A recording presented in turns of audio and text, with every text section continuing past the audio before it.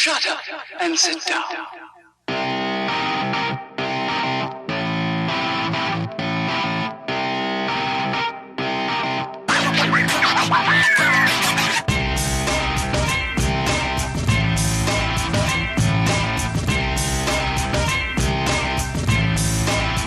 What's going on, guys? This is the MMA Complex. My name is Josh. And I'm James. And it is May 14th. 14th, 2020. Another day in quarantine. Another episode. We got a special guest on this episode. Had a chance to catch up with Pannie Kianzad. She is a UFC Bantamweight division, former TUF alumni. Was supposed to fight Gaethje. That got scrapped because of obviously COVID, but she's hoping to get back on track soon. We caught up with her over in Sweden to see how things are going, and we'll get over to that interview shortly. But first, man, what's going on? How are you doing? Nothing. It's good to be back, and it's good to have fights back in our lives. It's been a long time, and not only did we got 2 fights. Yeah, we just got done with the second event last night. Yeah, and having fights on a Wednesday night was freaking. That was great. That was great. Yeah. I think the UFC should do that more often. Just a random Wednesday night. I mean, why not? Fights that are not important as far as like bouts or rankings go. Like fight nights. Yeah, how they go.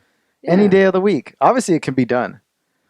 Like I know they like to do promotions and they like to do a lot of lead up to promotions. Usually, they want to spend the week doing that.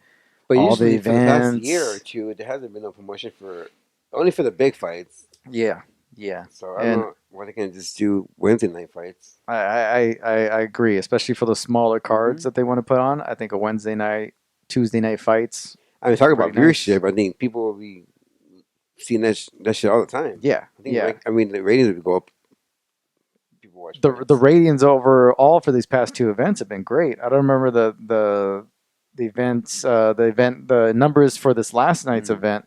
But for Gaethje and Ferguson, prelims were the 1.6, 1.7 million. I mean, for just the prelims. People are craving live television, sporting events. I think overall, the pay-per-view numbers are estimated to come in around 700 for this Gaethje and Ferguson event, which is a good chunk of change for ESPN and UFC and Endeavor.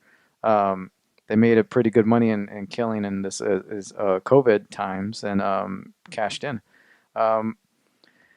Which we have 2 cards to get to, obviously. Gaethje and Ferguson took place last Saturday. This was May 9th.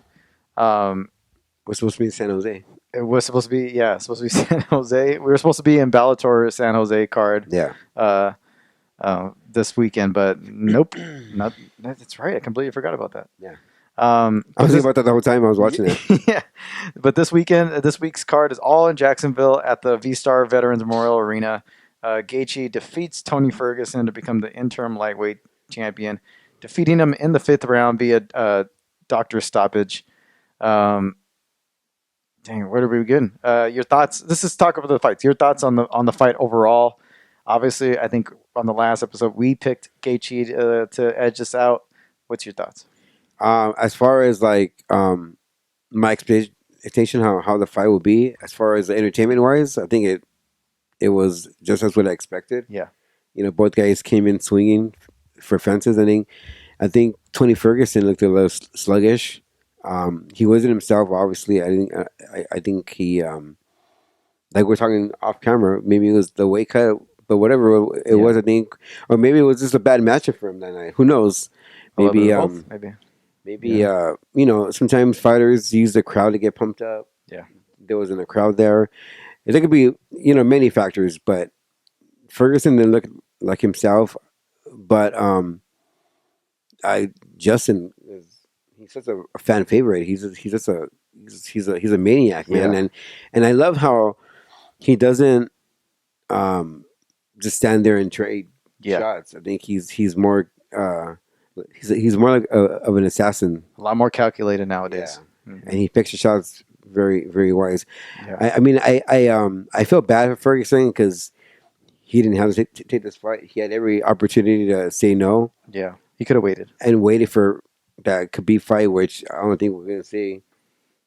Not anymore. Not right anymore. away. Yeah, I Ferguson's gonna have to at least get one or two more before he gets a title Khabib shot. loses, then maybe they're gonna match those two guys together. Yeah. But I feel bad. I mean, he had a 12-fight win streak. I think people were clamoring for him to fight for the title. I think he was deserving of that shot. And I mean, being Ferguson, he accepted this fight against Justin Gaethje, and he unfortunately lost. He unfortunately lost. Yeah. I think the fight played out kind of like what we both expected. Yeah. The wrestling to be negated in this fight. You have Gaethje. Obviously, it's going to be a stand-up war, and then Gaethje is his stand-up is great, and his punches are hard. So it's like a truck. And Ferguson likes to get hit, so it was going to be a case of yeah.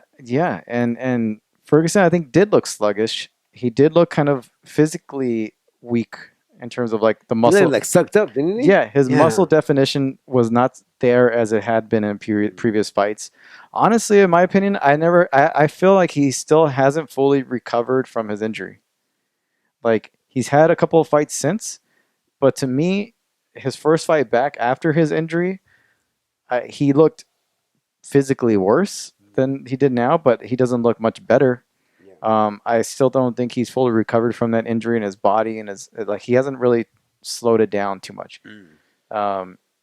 Not that he can't perform, he can, but I still think he physically that injury took a lot out of him. Second of all, he's older. 12 fight win streak, 13 fight win streak, whatever it was. He's older now. He's 36, 37 years old. Gaethje's a little bit younger of a guy. Not as much wear and tear in terms of fighting top competition, getting busted up, even though Gaethje likes to go at it. And I think it also was matching up. This was definitely going to be a tougher fight. A wrestler who likes to strike more instead of a wrestler who only uses his striking for the setups. And Khabib.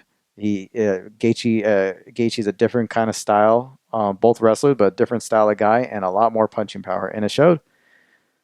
And I think I feel bad for Tony because he worked so hard to get there. But yes, he did take this fight when he didn't have to. But it was a bad matchup overall, and I would think too that the double weight cut to 155 in a month has to do something to you. It just has to. That's tough. That's a tough weight cut for a big guy like him, and we've seen him. We've had him on the show, Yeah. So he's a big guy. He's the only person, like, well, not the only person, but one of the only fighters that when he saw us again, he recognized. He recognized us. I think when that one time I was up to UFC, and we're at the UFC. He came behind me and like was massaging me. Yeah. And he said, "What's up, man?" I said, "Oh, it was crazy. I didn't think he would remember me, but I feel bad for him, dude, because like he didn't deserve. I mean, I don't know. It's tough. I think sometimes I'm happy for Justin though. I'm happy for Justin, and I think we both think that he's actually a good matchup for Khabib. I think it's Khabib's kryptonite, but yeah, who knows? Who knows though? Who knows? Khabib's a beast when it comes to grappling. Yeah, and I don't care who it is. When he gets his hands on you, it's tough. Oof, that's gonna be a great matchup. Fight. They're looking at that fight in September. Thankfully, his father kind of seems to be on the track to recovery, but that would have probably held it back a little bit. Yeah. Anything else you want to take from this fight? Any? No, were you surprised by anything? No, not really. I kind of knew. I kind of saw it play out in my head the way it played out. Yeah. I think I just saw, because I know how Tony fights, and I know he fights with his chin up. Yeah. He doesn't really block. He keeps his hands down. He paid the price for that. And when you find someone like Justin Gaethje who hits hard and who's relentless, were you happy with the stoppage? Yeah, I think he was getting punched way too many times. Yeah, he needed to be saved. I think he's too tough of a person to want to quit himself. Mm-hmm. So no, I was satisfied with it. I would have hoped a more defined win as far as the referees stepping in, but yeah, I was okay with it. Yeah, I would say so. And I was sad for like Eddie Bravo and all them because I see him in the background all disappointed. Mm-hmm. Yeah, because I know how much he's been Tony's this guy. No, the previous fight I was kind of pissed off for the stoppage, but yeah. Yes. So we'll get right into it. To talk about stoppages, in the co-main event, Henry Cejudo defeats former bantamweight champion Dominic Cruz to defend his title. Henry Cejudo by TKO in the second round. Delivers a knee after, was it a nut shot? It wasn't a nut shot, was it? Yeah, a headbutt? No? Headbutt. Yes, it was, I think it was headbutt and the cut check. Yeah. Yeah, so the Dominic Cruz, action resumes. Instantly, Henry Cejudo lands a knee as Dominic dips. And then Dominic obviously wobbled, falls back. Henry pounces on him. 11 unanswered shots, even though some of them, more than half, probably didn't land flush. They did kind of graze him, and he wasn't defending. Yeah. Dominic had issues with the stoppage. What were your thoughts? Too soon? I think so. I think it was. I mean, you can go back and forth. I guess you can see it. I can see it both ways. But I don't know if you saw the same thing, but I saw Dominic Cruz attempt to try to get back up. Yeah. And in the process was getting punched in the head, obviously, because that's the risk you take when you're trying to get back up to your feet. You can get hit. I thought that he should have let it go just because it's a championship fight. Yeah. You should let the fighter, kind of figure himself out or at least give him an opportunity to get himself out of danger.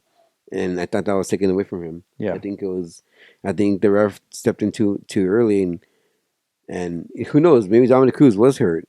But give a guy an opportunity to A, fight back and B, try to get himself out of danger. And I think that both those opportunities were not given to him. And when you see a long time former champion like Dominic Cruz come back after how many years, and he's in a championship fight, and he's trying to, it's an important fight for not only Henry Cejudo, but for Dominic Cruz. And when you deny a fighter that, it sucks. It sucks. Yeah. It wasn't the worst stoppage in the world because he did get rocked, and if you saw his face, he looked like he was. That knee hurt him. That knee hurt him bad, and it was a flush, and it landed flush, and it was also Dominic's. He put himself in that position to dip that low right into his knee. Yeah, because Dominic Cruz immediately started backing away. Yeah, and if you saw his face, he was like it looked like he was like he had a stroke. Mm-hmm. I felt like it could have went on longer. He ended up eventually getting knocked out or something like that? Yeah. He might have broken free and action probably would have resumed and he would have been able to kind of finish the round. That could have happened too. I don't think it was a worse stoppage, but it is what it is. He got caught and it looked bad and he was, it looked bad. So, I mean, that's what it was. Even though he was working to get back up, and I agree he was, it was taking a little bit too long, I guess, for the referee's liking. So, yeah. What do you think of Dominic Cruz's reaction afterwards? Because he didn't stop after the post-fight interview. He got on social media. He went Ariel Helwani's. He even went at the referee personally and shared like a story where they had to carry the referee back to his hotel room drunk. I think he said when the referee was backstage giving him instructions in the back, he could smell like alcohol. Smelled like alcohol. I think it doesn't look good for Dominic. I think it makes him look like a sore loser. Yeah. And I think before the fight, people already had a preconceived idea of how he is. Yeah.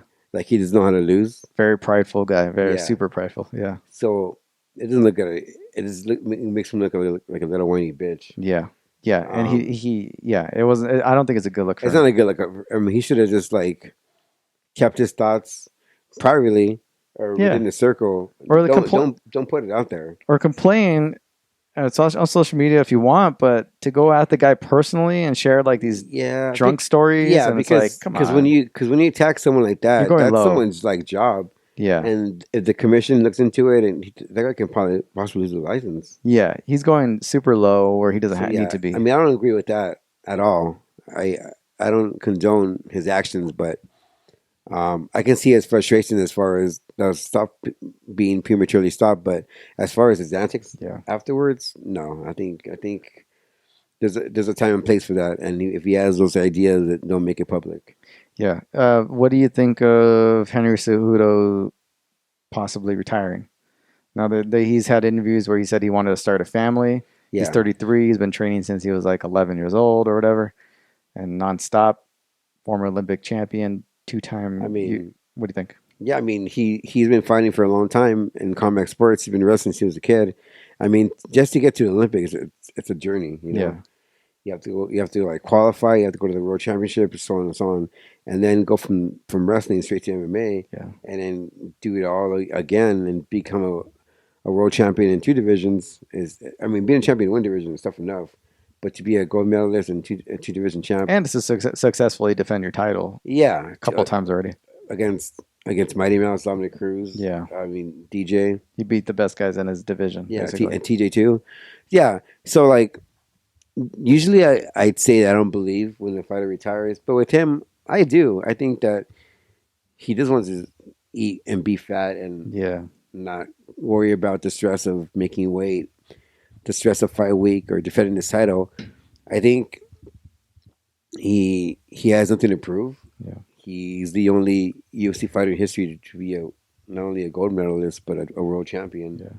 And I think he's done a lot for the sport, and I think he is done, and I don't disagree. It kind of sucks that it happened like that. I would like to, but no crowd during COVID. Yeah, and then I mean, at the same time, on the other side of the coin, people are talking about it because it's the only thing that's happening. Yeah, and they saw it. So it is going to be news. They saw it. A lot of people saw it. So, yeah, I don't discredit his I don't devalue his retirement talk. I think it is, he wants to start a family. He's got a girlfriend now, a serious one. He's been with for a little bit now, and he's looking to hopefully start a family and kids and all that. And I get that. He's 33. He's not too young. He's not a 20-something looking to still party and make his money and bang a bunch of chicks and all that stuff. He's in his close to his mid-30s now. I can see it. I believe it. I think at the most, I could see him coming back for these one-off championship style big money fights. There's great fights. I mean, the fight with TJ. Yeah, great fight. Yeah, I can see him coming back. I can see him coming back for those. All right. But anything outside of Moraes, Dominic, TJ, he's beaten a lot of these guys already. They're all. I think, what sucks? Sorry to cut you off, but like the fight that I think he avoided successfully is. Jesus Christ, alpha male guy, Benavidez. Yeah, he avoided that fight. Yeah, he avoided it, and I think he knows that Benavidez would destroy him in that weight class. Yeah. I mean, but Benavidez though lost recently. Is Benavidez the same guy? That's true. Yeah, but I think he avoided him long enough to where I think Cejudo could probably beat him now. Yeah. How did Dom look to you? Did he look old? No, I think. Did he look slow? He started off slow for sure. Yeah, but I think with him, he was warming up. He was kind of forcing his shots a little too much. Yeah, I think he was trying to hurt Cejudo a little too much instead of like letting the fight come to him. Yeah. I was watching it and I was looking at him. I was looking at his body and just seeing if age had finally caught up with the guy. I don't know how old he is. I think he's around 34 or something around there, 35. Yeah, mid-30s. Yeah. You can't.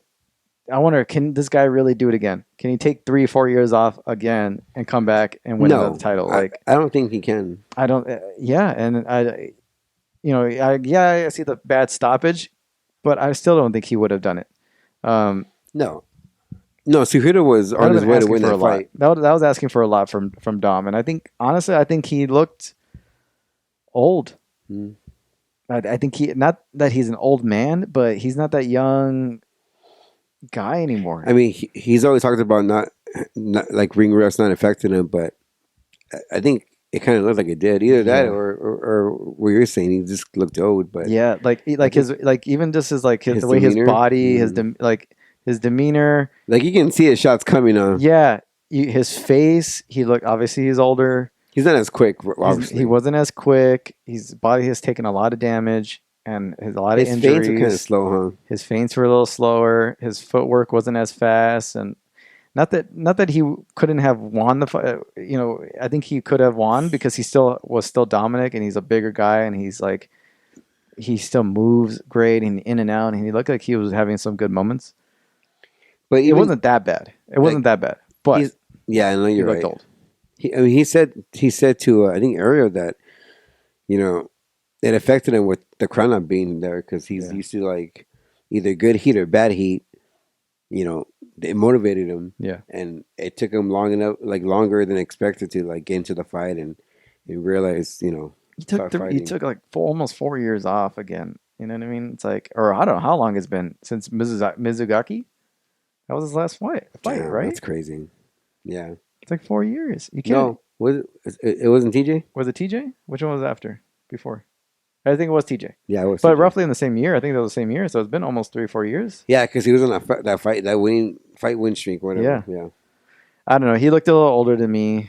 Not bad. Not that he couldn't do it. He's not 40 or anything like that. But you're right. Cejudo was on his way to winning the fight. Yeah. So will we see Dom again? I don't know. I don't know if we'll see Dom. I don't know again. why he needs to be there. I think he's good as like on the ESPN team. Yeah, he's one of the best they have on there. Yeah, I think he's. I don't know. We'll see what happens with Henry Cejudo. I think he'll come back at some point for these one-off fights, but I don't think we're going to see him for a little while now. Francis Ngannou versus Rosenstrike. 20 seconds. That was, all it took. A brief exchange, a low kick from Rosenstrike, and then that was it. Francis rushed him, threw about 4 punches, 3 of them missed, and then just that one. That's the cage, yeah. That one put him out. It was nasty. Where does Francis go from here? Obviously, because we have DC and Stipe holding up the division. No one else going to go on with that. Curtis Blades, he already beat Curtis Blades. He beat most of the division already. The only thing I can think of is if he fights Jones, Greg Hardy. Yeah, I think he'll mop the floor with Greg Hardy. Greg Hardy looked like shit. No, he did. I don't know. It's frustrating, and I'd be frustrated if I was Ngannou because you're in a division where you're in limbo. Like here's a guy in Francis Ngannou who's a beast, who's a knockout artist. You look at him and he's like a fucking superhero. Yeah. He has the potential to become a superstar, but the UFC are putting all their chips on Stipe and DC. Yeah. Because DC is a UFC guy and Dana likes DC. And you got this guy over here with Ngannou who has no one to fight because the heavyweight division is a shallow division. Yeah. What's he gonna do? Keep fighting the same guys over and over again? Yeah. I think they should just like put an interim fight, him versus DC. Him versus DC. Does DC want that fight? But I don't think DC's gonna take that fight. That's the thing. But it's not fair for Ngannou to be waiting around for these two guys to fight a fight that's not even gonna be in the future. Yeah. And Ngannou's ready. It only took him 20 seconds. He's ready to go. It must be. I'd be so frustrated with him. He's probably not going to fight till fall. He's going to be on the shelf. Who's he going to fight in that division? It's a shallow division. Yeah, it's shallow division. Like really shallow. He's beaten most of the guys already. Top guys already. Unless he fights like Verdum or something like that. No, but Verdum lost. Oh yeah. Olenek. Oh, but that's not a fight. Really, and neither one of them is worth your time. Ben Rothrock? Yeah. Big Ben, who fought last night, was saying that he's looking to fight. Oh, I forgot who we called out. But he is saying how they're holding up the division. He called out Stipe actually in a little bit and saying that respectfully that he shouldn't not be holding the division the way he is, and not using the whole COVID things as an excuse to not train, because he knows that your coach can open up the gym for you to train. There's no reason for it. And you're a first responder, but you're more of like a part-time volunteer. Yeah. Like, choose your priorities. Yeah. You know what I mean? You're heavyweight champ, or what are you? If you can defend that title, then vacate it. Yeah. If you can't defend and let the division go on. Yeah. And so and Rothwell had a really good point. He's completely right. Yeah. You're going to be the heavyweight champ, or you're going to be a first responder. What are you going to do? Mm-hmm. So I feel for Francis. He looked amazing in this fight, but there's no one else in the division other than Stipe to make, and we'll see what happens. I don't think DC wants to fight. That's not going to happen. DC is looking for Stipe and call it a day. Whether it be for a bout or not, but Stipe is a champion, and the only responsibility of a champion is to defend your title. Yeah. If you can't do that, then vacate it. Yeah. And then if DC doesn't get that Stipe fight and he retires, it's not a bad thing. You're 1-1 with the current champ. It is what it is. Just call it a day. You have a great career. No one's going to fault you for winning or losing the next time around. It is. And now it's a full blown now the whole MMA thing with Ariel is now it's not him by himself anymore. It's him and DC. Yeah. So see, Stipe. DC's got commentary, and he's got that gig with ESPN and Ariel, and he's got details, I think, on ESPN Plus. Yeah. So you have a great career ahead of you. Yeah. So Calvin Kattar against Jeremy Stephens, probably one of the best fights of the card. Calvin Kattar looked like, obviously he's got amazing striking. Stephens is just an animal, and they were going at it for 2+ rounds. And Kattar comes out, combo 1-2, and then ended up throwing an elbow when he was on the floor and cut him open nasty and stopped Jeremy Stephens, which not a lot of people can say they've done. Kattar is a guy who in that division is somebody to look out for, because that guy's boxing is probably one of the best in the UFC. Greg Hardy and Dick Castro opened up the card. Probably the worst fight of the night right there. Greg Hardy looked... Compared to the rest, yeah, for sure. Yeah, and Greg Hardy looked like... He's not showing any improvements in he's just getting by these fights. He's such a big guy. And it's like, I want to see him challenge. I want to see him really, like, not that I think he knows he's good enough to get by these guys. But these guys aren't challenging him. No. And they're not forcing him to evolve. Yeah. I think he reminds me a lot of MVP and how Bellator is treating MVP and how they were kind of like protecting him in a lot of ways. And not as talented. Yeah, and like Greg Hardy is being protected by the UFC. Yeah. And they give him like guys that are winnable fights for him. Yeah. And you're right. But it's on him to make these winnable fights. No, I think it's get content. A win. And I think it's content of fighting these guys. But then he comes back in this fights a guy who's not going to challenge him as much, and he's like, "Fuck, I'm not going to put myself out there." Like, even though he should go out there and starch him, is he that good? I don't know. But he showed that he was pretty good, at least to hang out with what's his name? I forgot what his name is. Yeah, because he was a late replacement for that fight. Yeah. Pettis and Cerrone go at it. Great fight. Both look good. Pettis ended up getting the decision. You could call it either way. I wasn't upset about the decision. Yeah, me either. Olenek defeats Verdum. Carlos Esparza defeats Watterson. Vicente Luque, Nico Price, probably fight of the night right there. Just insane back and forth fight. Overall, a good card. Now let's get to last night's second UFC event. Smith versus Teixeira. What a card. I think this card was overall better than Saturday's card. I agree. Aside from the main event. From beginning to end was just back and forth wars. I think one of my favorites from the main card was Ricky Simone and Ray Borg. I thought that fight was just insane. Arlovsky beating Felipe Lins, newcomer. Arlovsky looked great. Thiago Moises defeats Michael Johnson. Heel hook, great. Heel hook, second round, right at the beginning, 25 seconds in.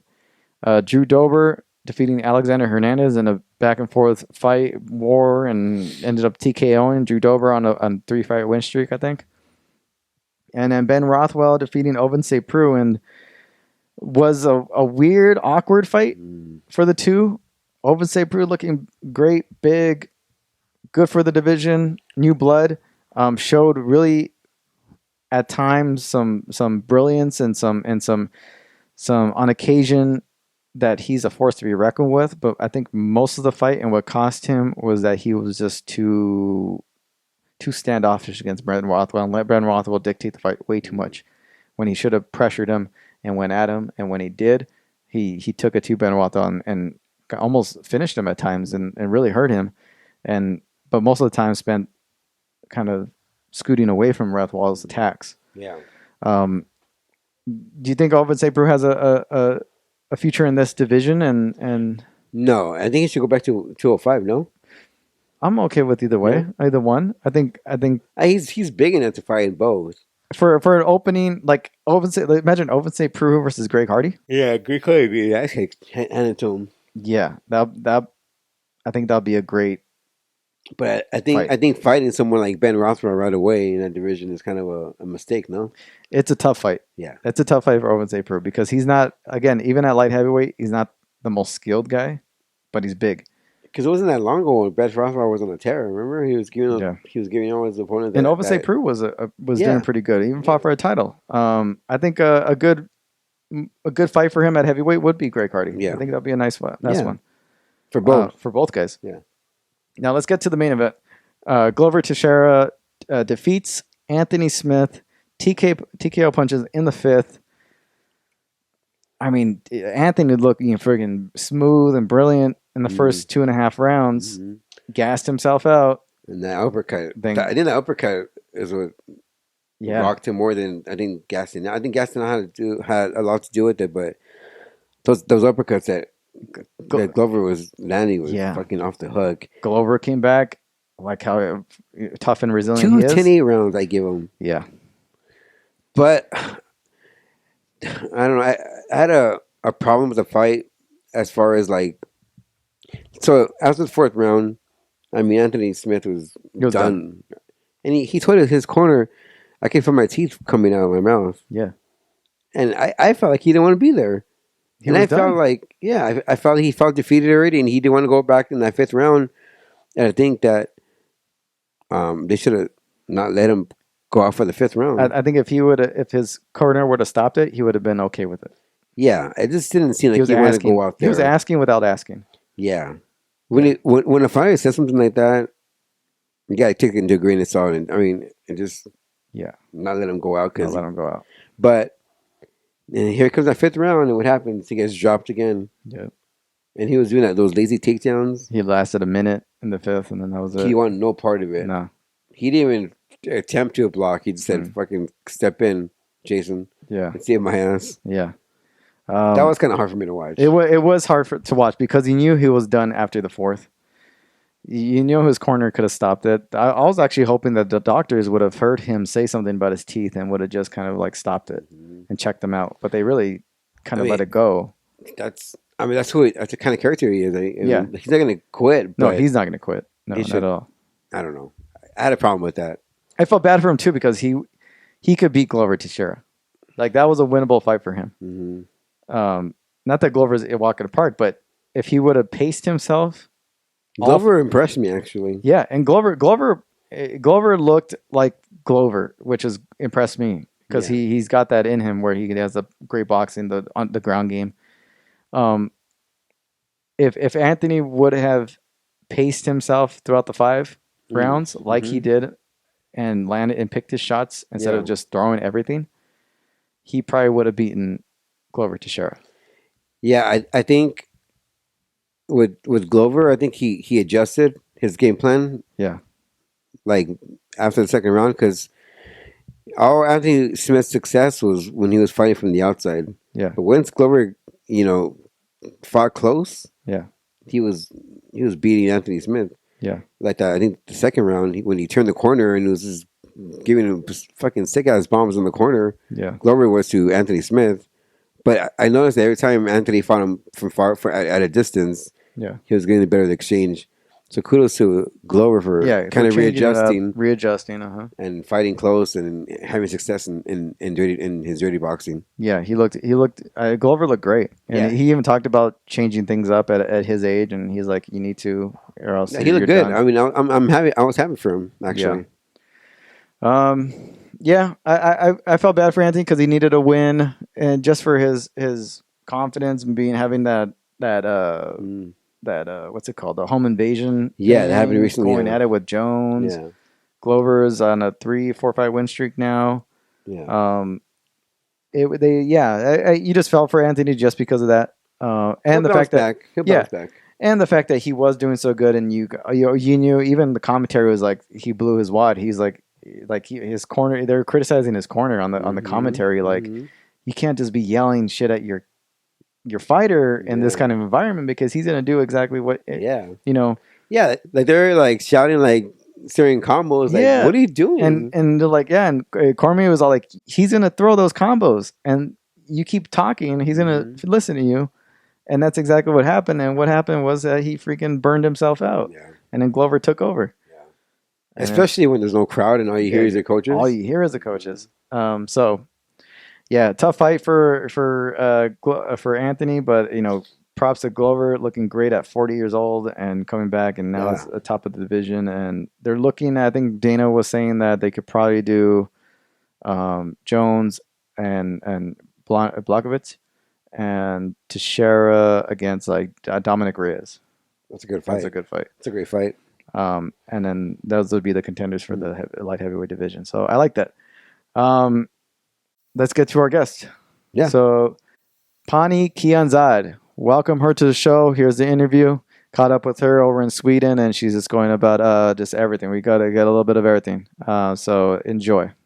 All right, Pannie Kianzad, thank you for being on the show. Welcome to the MMA Complex. It's really great to speak with you. And I know you've been training. You just came in from Denmark, back home, and just thank you for being on. Really, really pleasure talking with you. No problem. Thank you. So how has it been for you? I know the world has kind of shut down. I don't know how Sweden's going, but there's not a whole lot of gyms on, and I know you had some fights scheduled over this past couple of months, and but all in all, how have you been? How's everything going for you?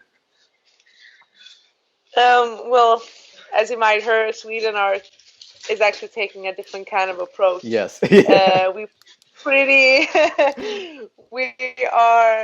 open-minded, but no, it's like Sweden's approach is like, we know we're gonna get infected. People are gonna get infected. We can't get past that. Yeah. But focusing on the really ill ones and people that need the most care, because the healthcare in Sweden is the most important thing. Yeah. Like, if that one drops, everything drops. Yeah. I myself do some part-time in the healthcare when I can. Okay. And I've been helping out during this epidemic, and I'm actually going into work this weekend just because, I think if you can do something, you should. Yeah. But so basically, not all the gyms are open in Sweden. A couple of them are. Uh-huh. The gym that I'm part-time training at, besides Denmark, is open. But basically, I'm sticking to doing my private lessons with my striking coach here, my strength conditioning coach, and now finally I've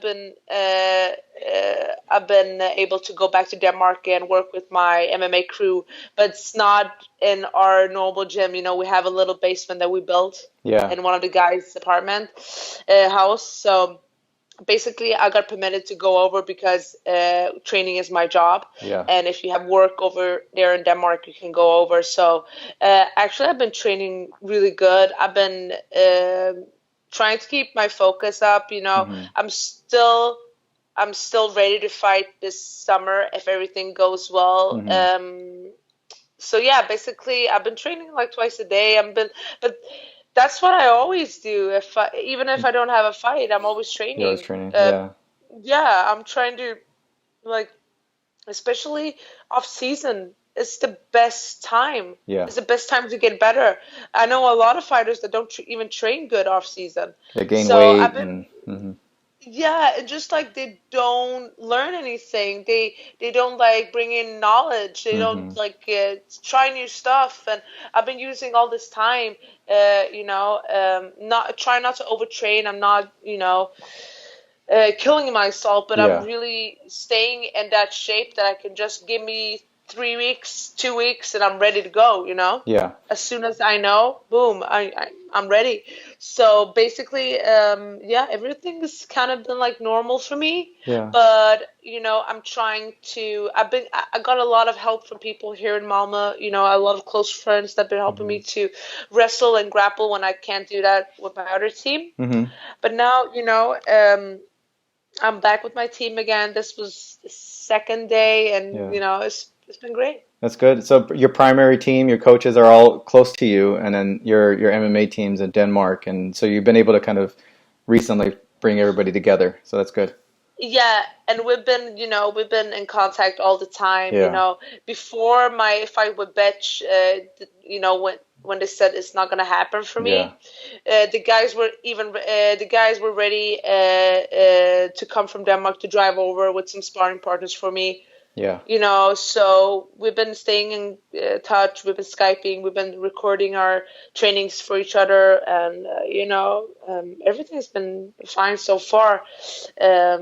But I got a lot of help from my boyfriend and my Uh-huh. striking coach here. They're working with me every day. Yeah. Anyway, so. And in terms of like helping out with at the hospitals and all that, what have you been doing helping out? So basically, I'm a part-time assistant nurse Okay. at nights here in Malmö, Uh-huh. and basically I just jump in and work whenever I feel I have the time. Yeah. When I heard my fight was going to be postponed, I went in and worked because I know this time the healthcare in Sweden they really need it, Yeah. especially the night workers. When people say night work, people think people are sleeping, but they're not fucking sleeping. No. No. So no, No. it's pretty busy, Yeah. and we have infected patients, of course. Mm-hmm. We have healthy ones, of course, that well too.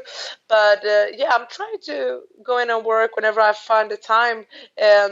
Especially because it's night work, I can't do it all the time because I Yeah. have early trainings and stuff. Yeah. But I And try to work 5 days and then I don't work for like a few months again. So I try to go in and do whatever I okay. can.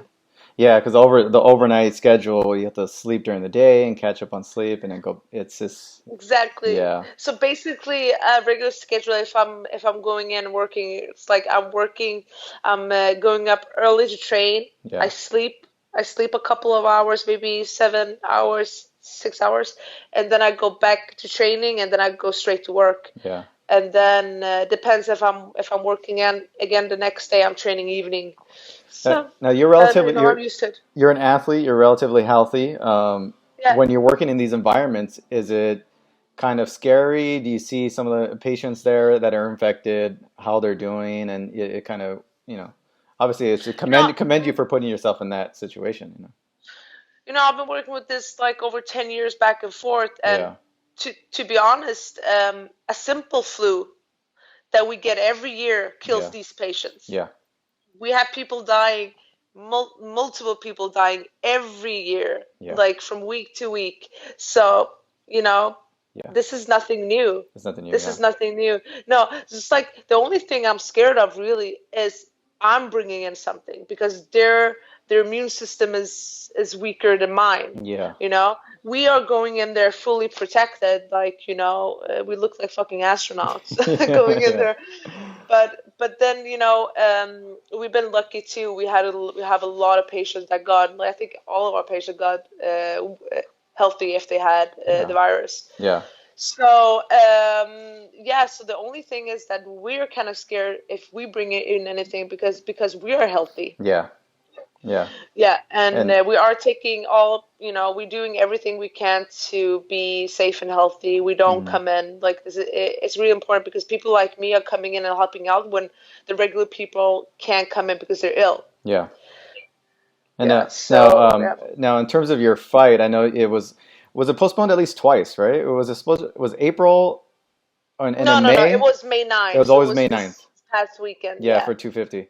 That event was pushed back. Now, obviously they're doing their events in Florida this week. There's hoping that the UFC center, the Apex Center, is going to be open, and then there's Fight Island. Now, for international fighters like yourself, and with travel restrictions going still for a lot of European countries, I don't know what's the word that you've gotten from the UFC or from the government in general in terms of traveling outside of where you're from, where you're at right now, and then is Fight Island most likely the best option for you? I mean, it could be the best option for me. I do have a working visa to the States still. Okay. But I can't use it because they haven't. I think they're gonna open the borders soon, but they haven't yet. Yeah. So it doesn't matter if you have a visa or anything, because I'm coming from one of the European countries, and especially Sweden. So that's the problem. Fire Island would be the best option for me. That's what I'm hoping for, because me and Betch, it was a big fight, and I'm pretty sure they're gonna put us in Fight Island because we're both international, and I think it's an important fight for the bantamweight division. I mean, if I beat her, when I beat her, I will be in top 15. Yeah. So that's a big fight. When you called her out, were you happy that she accepted it? And yeah, I was, but you know what? When I was gonna call her up, people around me, you have to trash a bit. I'm like, I can't trash. Honestly, I have no idea how to do it. So I'm just gonna politely ask her. No, I'm just like, the thing is, I've been on the sideline for at least 5 years outside of UFC when I think I should have been there. Yeah. So I'm not wasting any time. Yeah. I'm not wasting time, because I have so many good fights in front of me. I'm 28. I'm starting to step into my prime. Yeah. I don't want to waste time not doing the fights I want. Yeah. I want to fight as much as possible. Have you been in contact with the UFC at all, or no? Yeah, just through my manager and everything, and they just everything is on hold until I think the May events. Yeah. Just they want to see how the May events are playing out. That's reasonable, because if the May events are playing out good, and I think this event played out really good. I mean, yes, we had one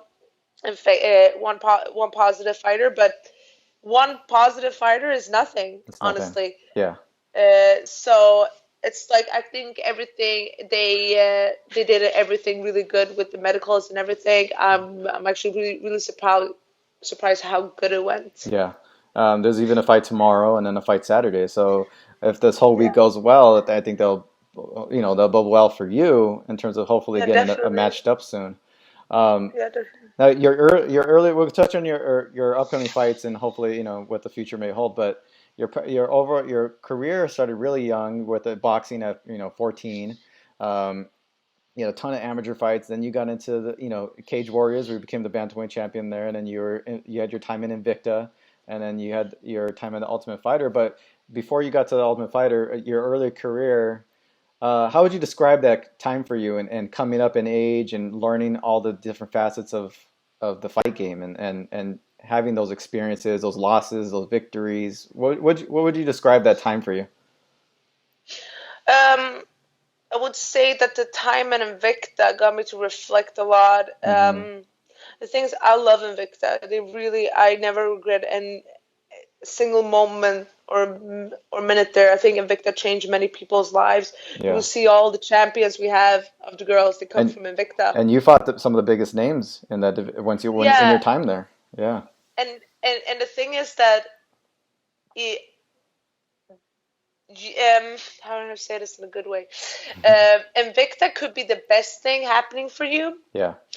But I would say if you would take a single negative thing out of it, that's not really negative, but it's you can get really good fights, dangerous fights against the best opponents. Some of them are better than a couple of them in the UFC. Yeah.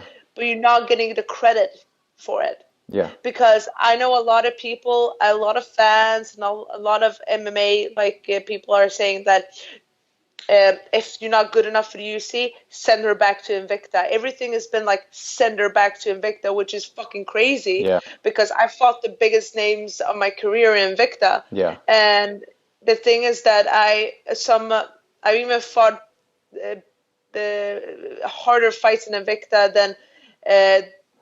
than my first fights in the UFC, honestly. Yeah. I fought Sarah Kaufman. I fought Tanya Evinger in her prime in Invicta when I was 23 years old. Yeah. 25 years old.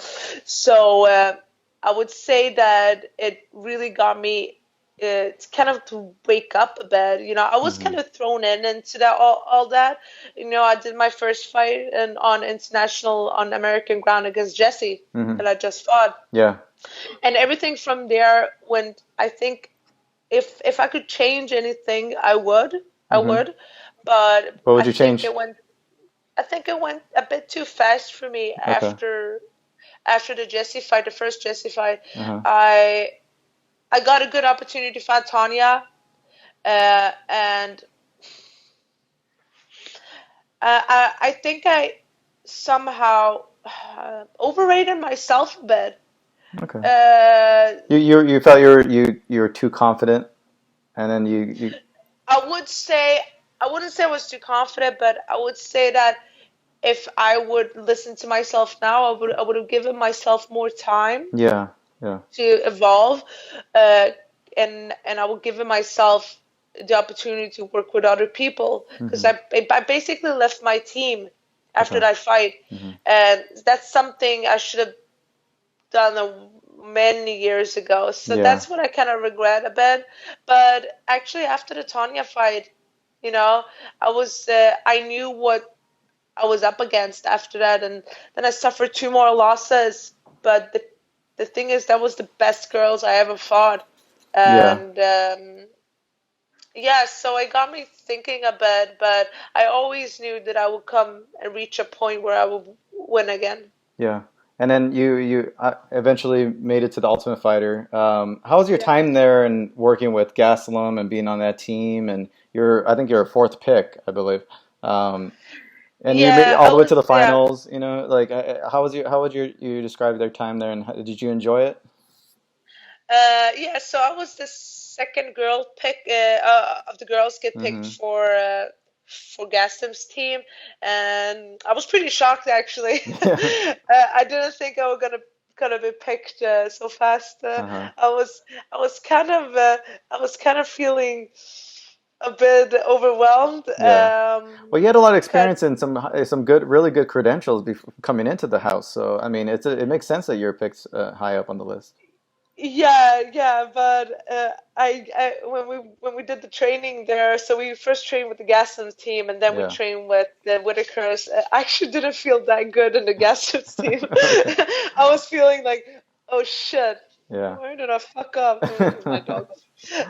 But then when I thought about it, I'm like, okay, it went pretty good anyway. I mean, I went in tough, in shape. I was ready to fight. Yeah. Because I had a feeling I was going to fight first because I knew I was going to be one of the lighter ones. Yeah. And I had a feeling they were going to pick me to fight first anyway. So basically, when I got picked, I was really happy to be on Gaston's team. And that's actually what I wanted. Why that team? I always been a Gaston fan, of course. But I love how the coaches set everything up for us. The first training session, they just wanted to see how we work. You know, they took notes. They were really trying to coach us. They were going to see if we were coachable. Yeah. And something I do good, cardio, technique, and I'm really coachable. Okay, well, there you go. You're the perfect student. I just knew. And then me and Macy teamed up for the training because I think we had a hunch that we would make each other look really good. And that's what we did. Yeah. And that's why I think they picked us to be the best girls in the house. And I was like, we're in contact with all of our coaches, all our team members. We talk like on a regular basis. I used Coach Terrell, that's Kelvin's wrestling coach, to help me for my finals, and he coached me for my first UFC fight. And so we've been in good contact, and I've been to Yuma in Arizona as well training. Yeah. And yeah, I mean, I love the time at the house. The only thing I really miss, this the regular stuff. Is My it? boyfriend and my dog. Yeah. That's it. Yeah. But just the time to get the opportunity to have people focusing on you, Yeah. It's big. and Yeah. you just focus on training, you're eating, and that's everything I ever wanted. Yeah. That's All everything I ever outside wanted in my life. distractions. All outside distractions are put away. So it's nice. Yeah, so Yeah. I was like, even though last week we really wanted to go home, we just wanted to, because we were, they were fucking working us. Yeah. We trained hard Yeah. until the last fucking day, until fight day, last day. So we were really tired. Yeah. Like coming home, I was so sore. I was sore for 6 weeks. Yeah. So, But I'm sure the but best shape of your life, maybe. yeah, I Yeah. think so. Yeah. And they took care of us. Yeah. To they really wanted us to win. Everybody Hmm. in our team. They never put anybody down. Everybody was so nice to each other. We helped each other, the whole team. Yeah. So it really Now, was. after the finals, obviously they didn't give you the contract right away, but then they had you booked. They brought you back in, right? And then Yeah, I was really shocked that I didn't yeah. get the contract. It got me thinking. I was in a path where I got the chance to fight him in Stockholm Hmm. for Superior Challenge. I got to fight a Belter veteran, Yeah. and after that, honestly, I had retirement thoughts. Really? Really? Yeah, I did. Because I was getting told that I was probably not gonna get the chance in a while. It Yeah. could take fights, it could take a long time, and I was like, Were you getting fatigue in terms of the training, the constant ups and downs of because you're still young. So is it like Henry Cejudo just potentially retired, but he's 33 years yeah. old, and he said he's been training since he was 11. Did that come into your mind? Like, I've been doing this for a long time. I can't take this anymore, type of thing. Yeah, so basically when people say, "Yeah, you're so young," blah, blah, but the thing is that I didn't start when I was 26. No. I started training when I was 5. Yeah. Yeah. And I started fighting when I was 13. I did my first fight when I was 13. Yeah. And I don't even know how many fights I have combined and everything. So the thing is, that's what came into my mind. And honestly, I didn't think I would have that kind of people around, but I had a couple of people around me that was like, why are you still fighting? You're not gonna get where it's gonna take years before you come to that Mm, position again. And I was like, and that was like close yeah. friend. I was like, who the fuck are you? Yeah. You should be telling me never to quit. You should be Yeah. telling me to go back to the gym, Did you cut those people out? Yeah, are they still around? No. No, I'm really Negative. good at cutting people. Yeah. And I couldn't done it without my boyfriend. Yeah. Honestly, he was like, he's been my rock. He's been saying, you know what, Eli's my boyfriend, and he helps me out in the corner as well with my Uh-huh. training and everything. He thinks I'm the best in the world. Hey. That's the Yeah, that's a good boyfriend to have right there. That's yeah. He thinks I'm the best in the world. He's like, you have the best in everything MMA. You're the person that can go the furthest in MMA. Yeah. And that's why I appreciate it. This is my dog, Biggie. Sorry, Oh. he just want to come up and cuddle. What's his name? And the best thing, Biggie. Biggie. Biggie. Biggie Smalls after Biggie Smalls. Yeah, exactly. He's so wet. Uh-huh. And the best thing with him is that he brought me up, even though we had a win in Sweden. Yeah. I was still not satisfied. I was like, I haven't trained 15 years for this. Yeah. I haven't trained 15 years to not be able to support myself like financially. I haven't, I want to at least give me a chance to give me a contract and see what I can do with it. Mhm. And then if you want to cut me, cut me. Yeah. I don't fucking care. I just want an honest shot. Yeah. Because after Tough, I didn't get an honest shot. I was, it was my 6th fight, and it was my sixth fight in 6 months. Mm-hmm. So So it's a short amount of time. That's a lot of work. It's on your body. Yeah, yeah, so you want so time. after that, I was actually I train a lot, but even though after that fight, and I put myself in a lot of work. I went in to night shift after night shift. I just didn't want to think about anything, Yeah. and my managers had to like really talk to me. And I was like, shit, I'm looking at educations. I'm Yeah. actually looking at shit to do because I don't know if I'm mentally strong for this anymore. That's What actually what I thought. what I have what bad days and I have good days. what was the other option? Were you thinking of going full nursing full time or back to school or? I was thinking about getting my nursing degree. Yeah. Yeah. So yeah, so that was where I was, and Yeah. but at the same time, I have so much love for sport. Mm-hmm. Like I've been doing that since I was a kid. It's been helping me through a lot of stuff. Yeah. And Does your boyfriend I was train? thinking, Is he a fighter also? yeah, he made his professional debut a few months ago Oh, okay, great, great.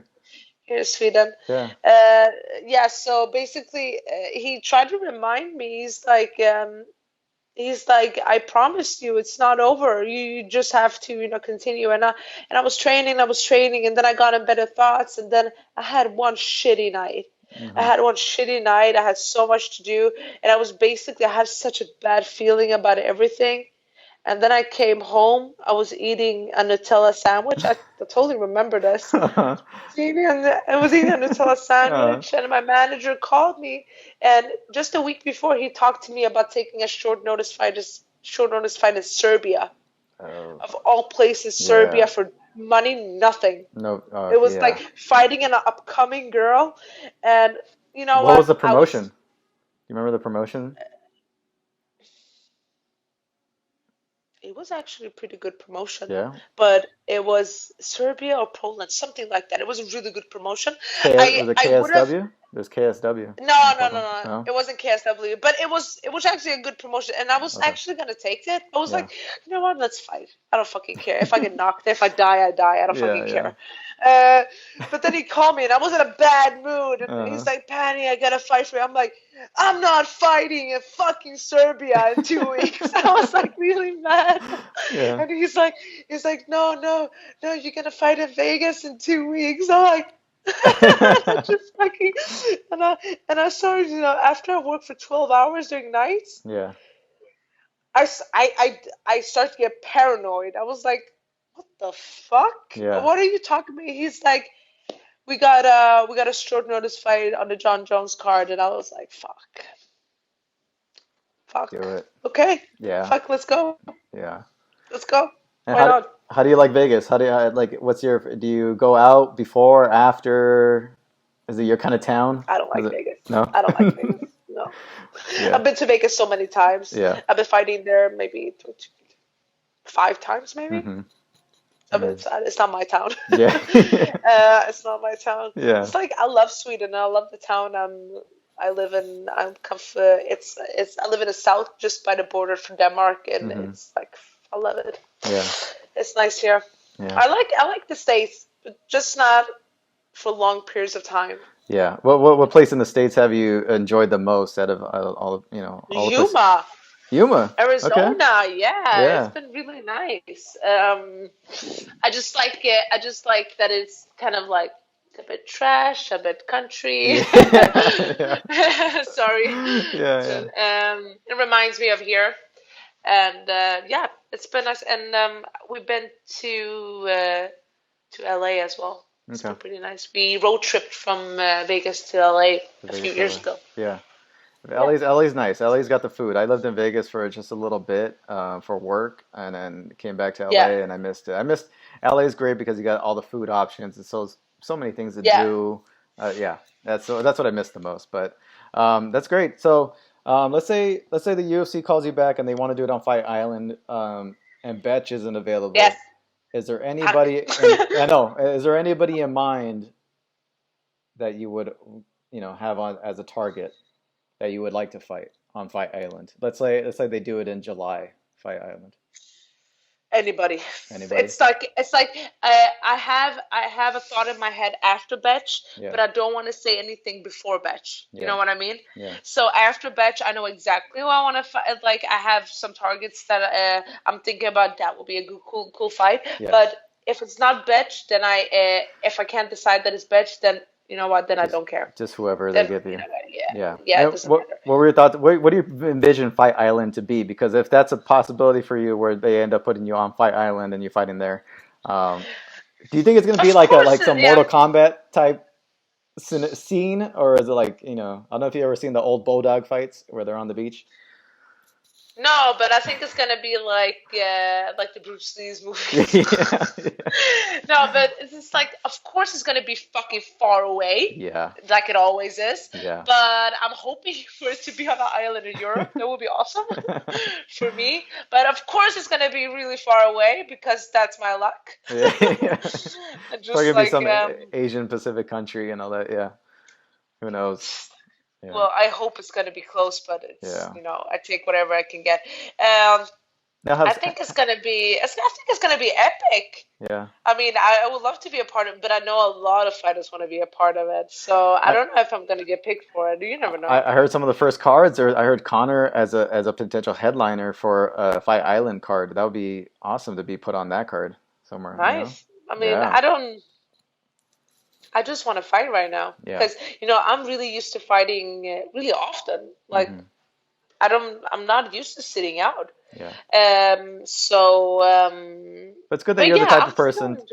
It's good that you're the type of person to not sit around and waste this time, because even just people in general on a regular basis, like during this whole lockdown thing over here, like in LA, I know a lot of people that are just not doing anything, and there's people like yourself. There's people like even myself that keep busy and try to work on things and improve while you have this time, because it's kind of a rare occasion to get this time. Yeah, and it's like I've been working so hard to get to this point where I can actually fight for a living. Yeah.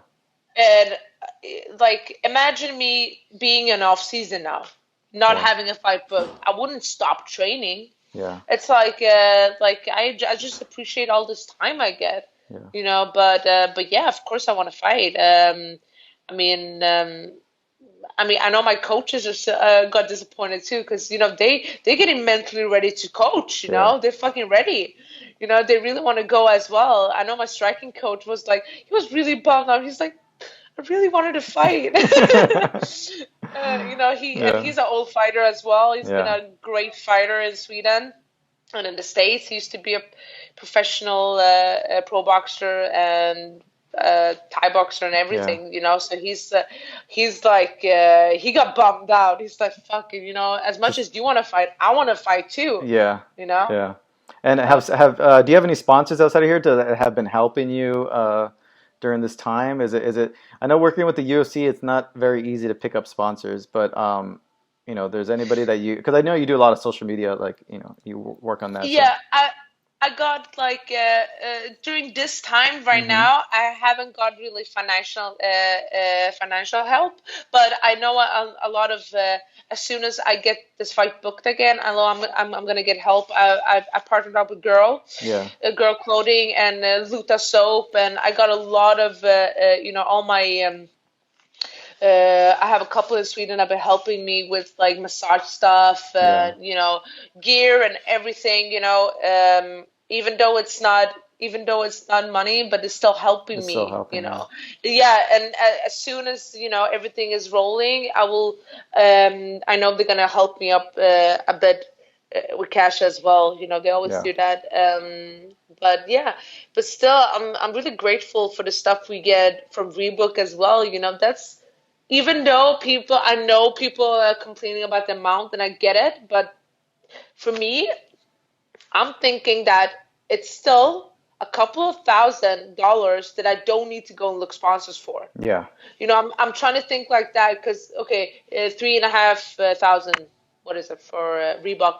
I'm still trying to think that, the positive thing is that I don't need to go look for this. I don't need to waste the time that I can put in training to go look for those sponsors for those money. Yeah. So, I'm trying to see the positive things out of everything right now. That's good.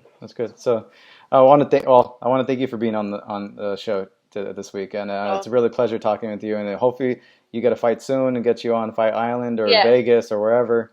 And this all kind of calms down and all settles in. We get back to normal. But I guess if you have anybody, you shouted out some sponsors already that you're working with. But just where people can find you on social media, Twitter, Instagram. So you can find me under Pannie Kianzad Twitter, and the same thing at Instagram, Facebook, same thing. Pannie Kianzad is my fan page, and just All right.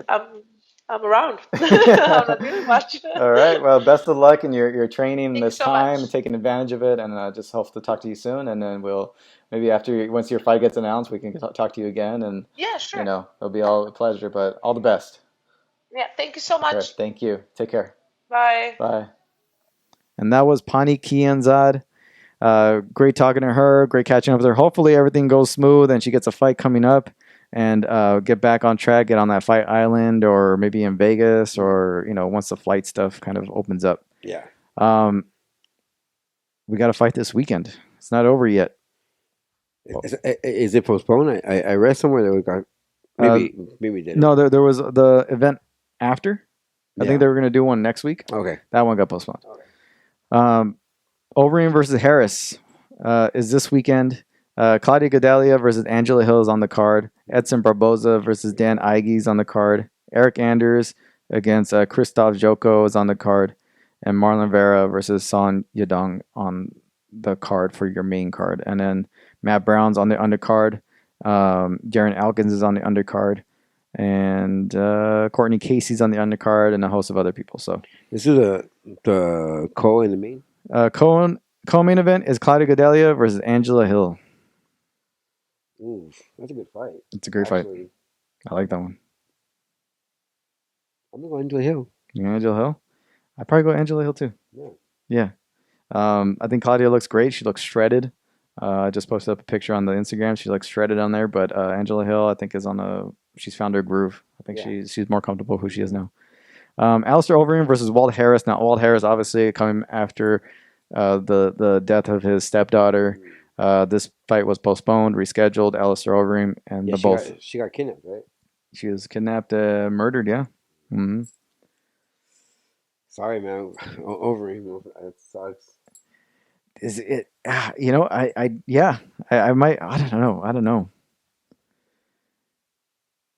Let's see who shows up. I think I'll go with Walt Harris. Let's make it interesting. I think this is a fairly even matchup in the heavyweight division.